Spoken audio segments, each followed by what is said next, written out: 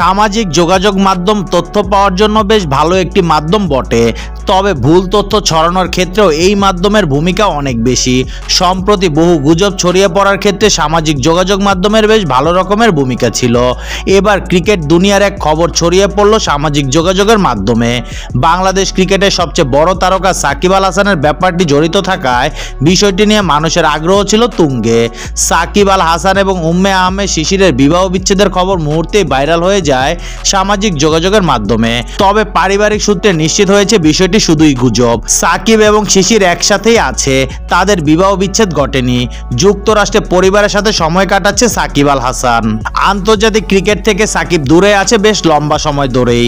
সবশেষ 2024 টি-20 বিশ্বকাপের পর পাকিস্তান এবং ভারত সফরে বাংলাদেশ দলের হয়ে খেলেছে। দেশে ফিরে দক্ষিণ আফ্রিকা সিরিজে টেস্ট খেলে অবসর নিতে চেয়েছিলেন, তবে দেশের পরিস্থিতির কারণে তার সম্ভব হয়নি। জুলাই আগস্টে বৈষম্য বিরোধী ছাত্র আন্দোলনে তীব্র গণ আন্দোলনে রাস্তায় নেমে যায় সর্বস্তরের জনগণ। সবার তীব্র আন্দোলনের মুখে পতন হয় ফ্যাসিস্ট আওয়ামী লীগ সরকারের। 5 আগস্ট সরকার পতনের পর সাকিব আল হাসানের সংসদ সদস্য পদটাও চলে যায়।